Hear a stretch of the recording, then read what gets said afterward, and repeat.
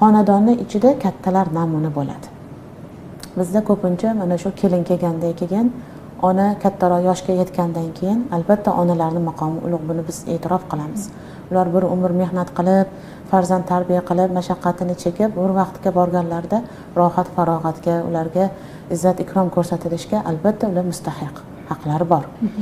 Lekin baribir aytib ketishimiz kerak bo'lgan jihatlar borki, ular mana shu narsani kengroq ma'noda tushunib qolib, mana aytganim aytgan, deganim degan bo'lish kerak deb siyosat yuritishadi.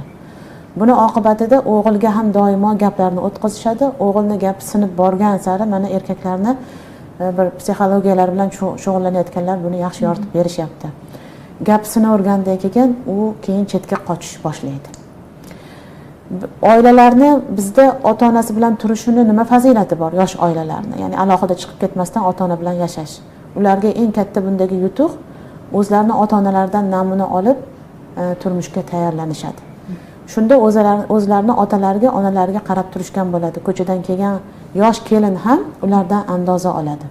Endi qaynona qaynotani bu ishlarga aralashtirmaydigan bo'lsa, siz nari chetga chiqib turing, men o'zim hal qilaman. Bu meni kelinim, bu o'g'lim, mana aytganim aytgan, deganim degan bo'lishi kerak desa, bu ko'rib turgan kelin kelajakda shuni qilishga tayyorlanadi.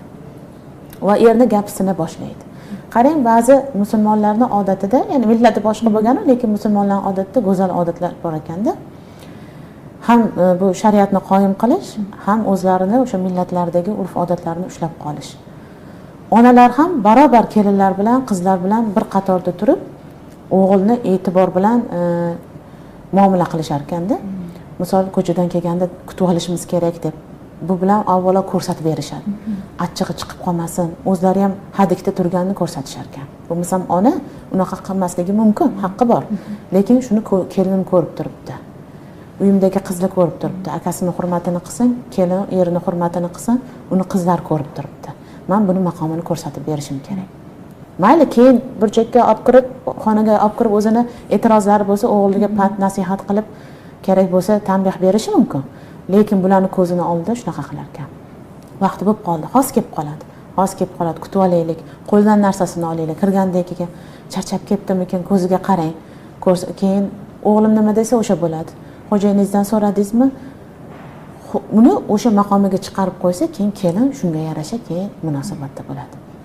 Lekin haligi quvib solsa, og'ziga kelgan narsalarni aytadigan bo'lsa, bor topib kelmayapsan deydigan bo'lsa, bularni hammasini keyin kelin o'rganadi. Keyin uni qadri qolmagandan keyin oilada mana shu narsa takror bo'ladi. Shuning uchun bu xatolarga biz yo'l qo'ymasligimiz kerak ekan. Hozirgi kunda onalardan o'sha haqiqiy erkaklarni, yigit kishilarni tarbiyasini kutilyapti-da. Shuning uchun yoshligidan e'tibor berib, erkakni shaxsiyatini yoshligidan shakllantirib borish kerak. So'zini eshitish, e'tiborga olish, fe'lini hisobga olish, ko'nglini hisobga olish, mana shu narsalar bilan ona avvalo yordam beradi, keyin erkak o'zini hayotida yo'lini topib ketadi.